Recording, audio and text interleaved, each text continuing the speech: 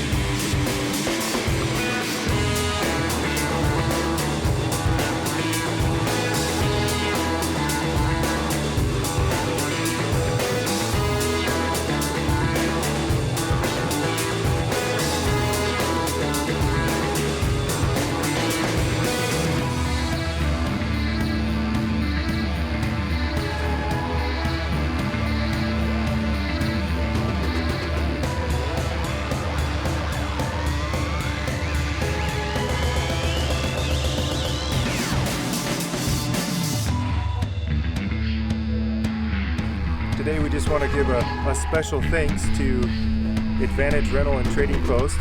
They actually loaned this gun to us today. For those of you located in the Ogden, Utah area, Advantage is a great place to rent equipment. They also sell firearms. It's a really cool place just to visit, so go check them out. Now's the most exciting part of our experiment. We're going to be shooting at that rolling tire coming down the hill at us. Hey, what a beautiful day. Yeah, how's it going, man? Desert environment. What? Oh!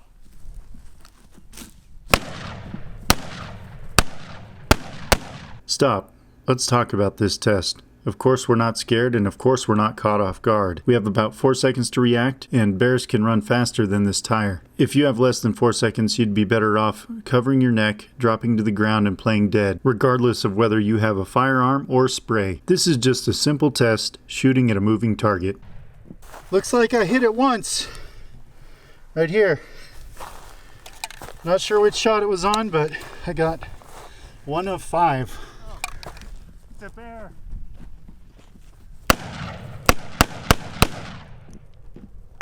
Okay, so here's how Andrew did with my .460 Magnum. There's 1 right there.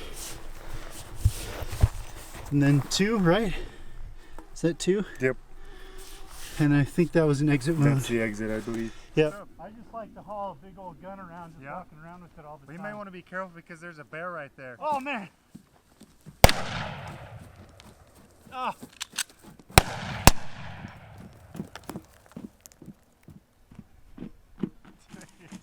Did it jam? Yeah, it did something. I probably limp wristed it or something. On my turn with the Desert Eagle, that I only got 3 shots off. Whoa, it's getting a little too dark for the camera here. Right there, I think I grazed it right here. So 1 of 3 for me on the Desert Eagle.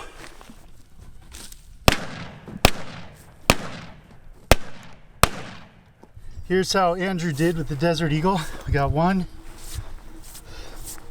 2, exit, 3, and 4. Alrighty, charging bear. Let's do it.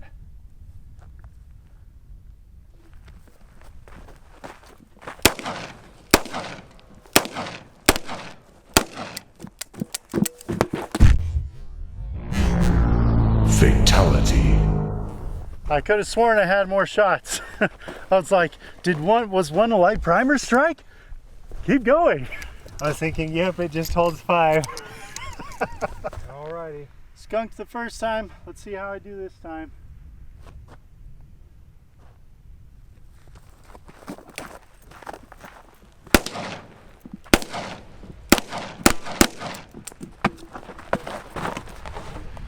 You're stopping this time.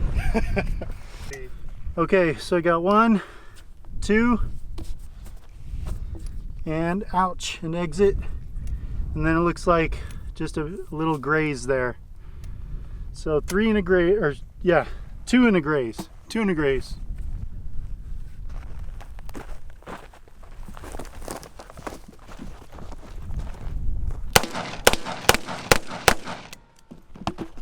Andrew's got some tactical maneuvering going on there. Making sure the bear is going to charge right at him. Solid shots. Alright, 2 next to each other right there. Little double tap. Nope. Up actually looks like might have 1 there. Yes, indeed. Yeah, so I guess I got 3 out of 5. Yeah, Not bad. not bad.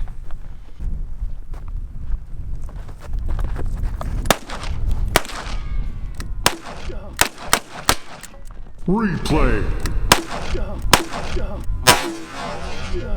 So here's how we did on the 44 Magnum. So it looks like this is an entrance right here. So the Comanche radial HTs, good tire, man. Good tire. Dude, I'm loving this tire. What is this made of? Titanium? The only thing I can think of is if you skipped it off of the ground and it was tumbling and hit it. You know what? Because it looks like this is actually the base was put in there. You're right. That makes so much more sense because I just don't see any way That it wouldn't go through it. Dang it. Well, does that count? Yep, sure does.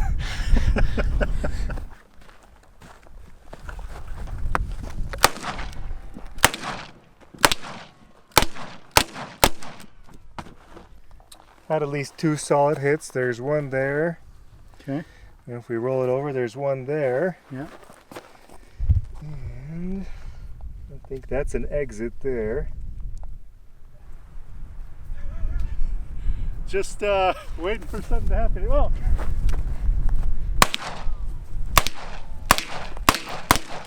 All right, so we're thinking this is an exit hole right here because it's got stuff coming out. But then we have, that's another exit right here. 1, this is an old one, it's got paint in it. So there's 1, 2, and 3. Something dangerous. Oh, no.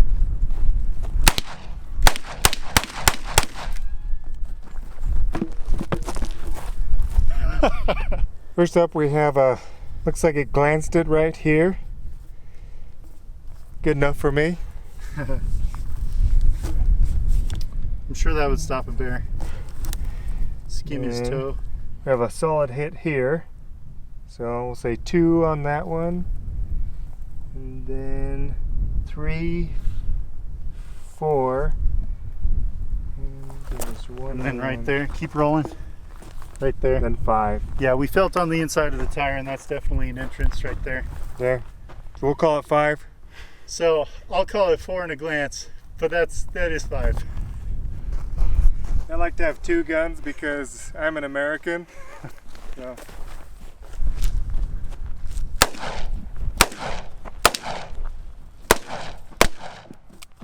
So we had one shot there. And looks like it grazed here, kind of through and through. And then here is another one, and we think that that's an exit from the other side, possibly.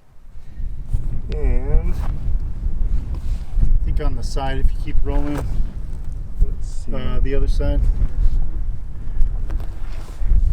Somewhere down over there, I think. Right over here. Yeah. So 4. So 4 out of 5, not bad for this little guy. 2 1/4 inch barrel. Not bad.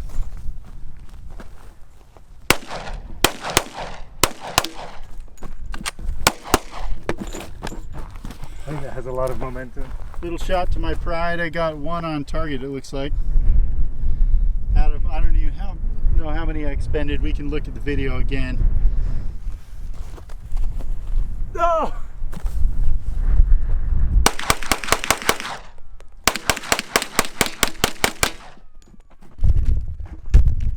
So this is how Andrew did with the 10mm. We have 1 here, 2, an exit, and an exit, and I think a graze There.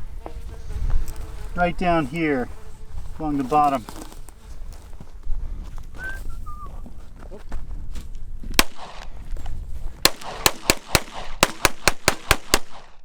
Alright, here's 45 ACP. After the first shot, I immediately lost sight of the red dot, so here's how I did. I got 1 there, skimmed it just barely on the side here, 2, and I think, no way, dude. We got the slug right in the tire. Caught it right in the middle of the tire. I think that says something about it though. If they can't go all the way through the tire, I don't know. What do you think?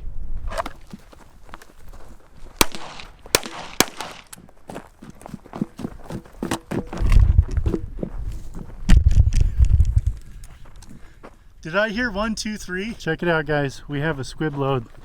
This is the first time I've seen one in person. So it didn't cycle. What did it feel like? Just made a poof. Little tiny puff, huh? Yep. Wow, that's crazy.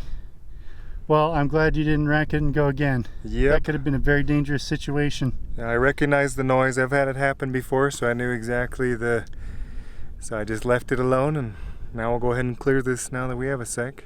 Wow, okay. Squib load when a grizzly bear is charging you. Dangerous. Even more dangerous. Most unlucky man on the planet. Does it matter which way you get it out? Oh, sure enough. Wow, there it is, folks. Finally got that guy out of there. Wow. With his 2 that actually came out of the barrel.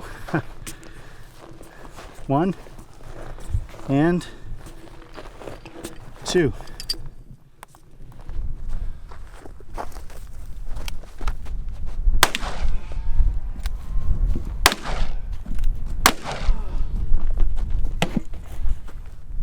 I got 3 off, way more than I thought I would, and it hurt pretty bad, smacking my hand. So I did get 1 hit here, and then just a graze somewhere. Did you see that somewhere? On the side. Do you know which side? Oh, right here. So down here, looks like a graze going through here and then maybe carrying on. I'd count that as a hit. That looks like it would have drawn blood, so. Oh yeah, yeah, definitely would have stopped a bear. Would have hit its pinky toe and gone running.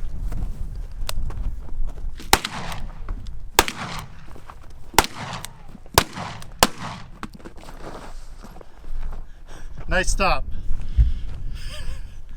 If the bullets didn't get him, your kick did. Good job, Derek. Walk of shame. All right, so how'd we do on the 45 Colt in the Blackhawk, Andrew? Well, not as well. Had 1 solid hit. Granted, that may have taken the bear out, but that's about it. Okay. Well, it's definitely a solid hit. That's for sure, dead center. The sidewalls. I'm not seeing anything on the sidewalls. So I think I saw something really interesting on the inside of the tire. Oh yeah, check this out. So we had the 45 ACP slug that we found inside the tire, and we thought that it was underpowered, and that's why it was left in the tire. These are steel wires going through the tire. So, I mean, with 45 Colt, it left the slug in there as well. So maybe we were too quick to judge the 45 ACP.